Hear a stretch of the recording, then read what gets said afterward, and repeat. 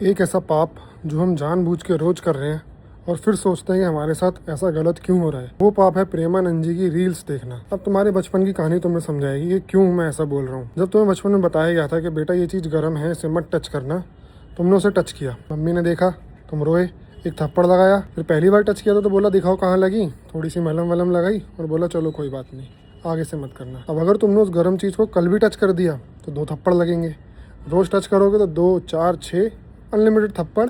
एक टाइम के बाद मलहम लगानी बंद और फिर तुम्हारी चिंता करना ही बंद। अब जब प्रेमानंद जी की रील देखी, तुमने कोई किताब पढ़ी, तुमने रामायण पढ़ी, महाभारत पढ़ी, तुम्हें पता चल गया कि बेविचार गलत है, चरित्रहीनता गलत है, दारू पीना गलत है, नशे करने गलत है, जुआ खेलना गलत है, फिर भी वही कर रहे हो। भगवान ने पहली बार 1 थप्पड़ लगाया, फिर 2 लगाए, फिर तुमने दोबारा किया तो 4 लगाए। ऐसे करके अब थप्पड़ पे थप्पड़ लगते जा रहे हैं। एक टाइम आएगा जब भगवान थप्पड़ लगाने बंद कर देंगे, तब हम अकेले पड़ जाएंगे, और अकेले पड़ गए तो फिर कोई नहीं बचाने वाला। जब भगवान ने भी तुम्हारे ऊपर से अपना हाथ हटा लिया कि भैया ये तो बदतमीज है, ये नहीं सुन रहा, कोई नहीं बचाने वाला, तब नाश होना तय है। इसलिए अभी मौका है, संभल जाओ। जब हमें भूख लगती है तो पहली गिराई से वो भूख खत्म हो जाती है, उसके बाद हम पेट भरते हैं बस। तो अगर तुम बहुत टाइम से गलत रास्ते पे चल रहे हो, सोच रहे हो मेरा कुछ नहीं हो सकता है।